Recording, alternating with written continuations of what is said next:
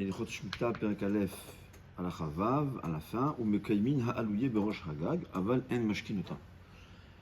Dit le Rambam, alouye, c'est des plantes qui poussaient tout seuls dans le toit. Dans le toit, dans le temps, c'était des toits plats. Il y avait des plantes qui poussaient tout seuls. Dit le Rambam, Mekaymim, on peut les garder. C'est-à-dire, il y a une halacha, que des plantes qui poussent tout seuls, on parle des plantes qu'on a l'habitude de semer chaque année. Si ça pousse tout seul dans une terre, non seulement on n'a pas le droit de les consommer, mais en plus il faudra les déterrer. Pourquoi? Parce que les gens ils vont s'imaginer que j'ai planté. Ouais. J'ai par exemple, il reste de l'année dernière, il y avait des graines de tomates qui sont restées, c'est poussé tout seul. Je vois, d'abord c'est sourd de les consommer, de peur que les gens vont se permettre de planter et dire que ça poussait tout seul. Mais même si je le vois, je suis obligé de les déterrer, déraciner, pour ne pas que les gens s'imaginent que j'ai planté ça pendant la Shemitah. Ça rend pas meilleur la terre d'enlever un fruit, de retourner la terre? Alors, c'est pas ton but.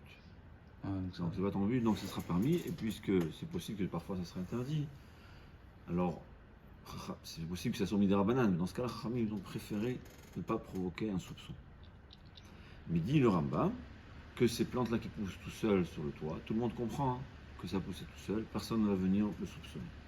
C'est la raison pour laquelle j'ai le droit je ne suis pas obligé de les déraciner, ce que dit Mekaimi dans les conserves.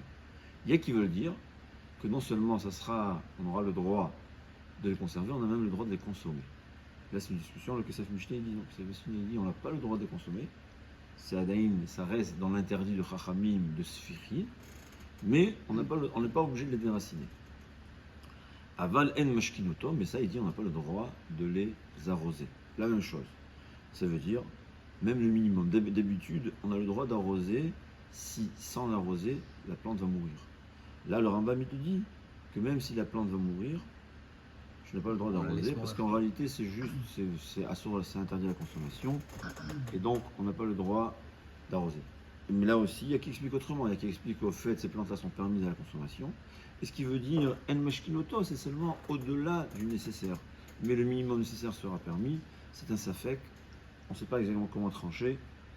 Bon, c'est des rabananes. Il y a qui vous diront safek des rabananes, les kula. Il y a qui disent que même qu'il faut oui être mahmir parce qu'on n'est pas vraiment.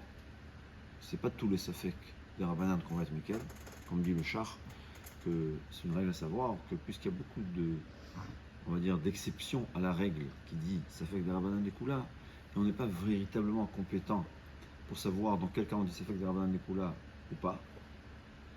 On dit là où nos sages n'ont pas écrit explicitement que c'est ça fait que des rabbanan des koulas, il ne faut pas être nickel. D'accord?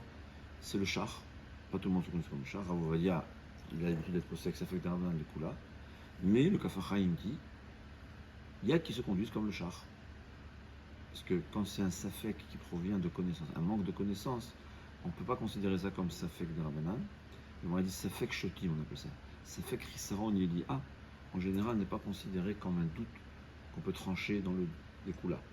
C'est-à-dire, quand je ne sais pas, c'est comme si on me dit, j'ouvre les yeux, je peux savoir. Est-ce que en fermant les yeux, c'est pas un doute? Non.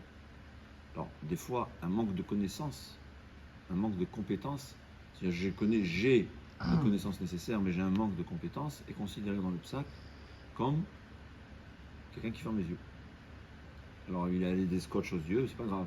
Ça s'appelle pas un safek, c'est ce que le char dit.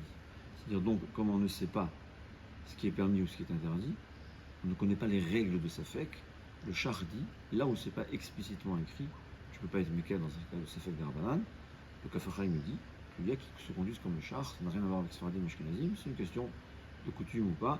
Mais voilà, donc ici on a deux pirouchim, quelque chose qui pousse tout seul, est-ce que je peux le prendre et le manger ou pas? Il faut savoir que c'est une marloquette, d'après le Kesef Mishneh, donc apparemment le Bet Yosef, ce sera assourd, c'est plutôt assourd selon le Sfaradim. Et est-ce que je dois d'arroser ou pas? C'est la même chose, c'est une marloquette, comment trancher? Chacun doit suivre son rave, comment l'expliquer. Batzlacha Rabba.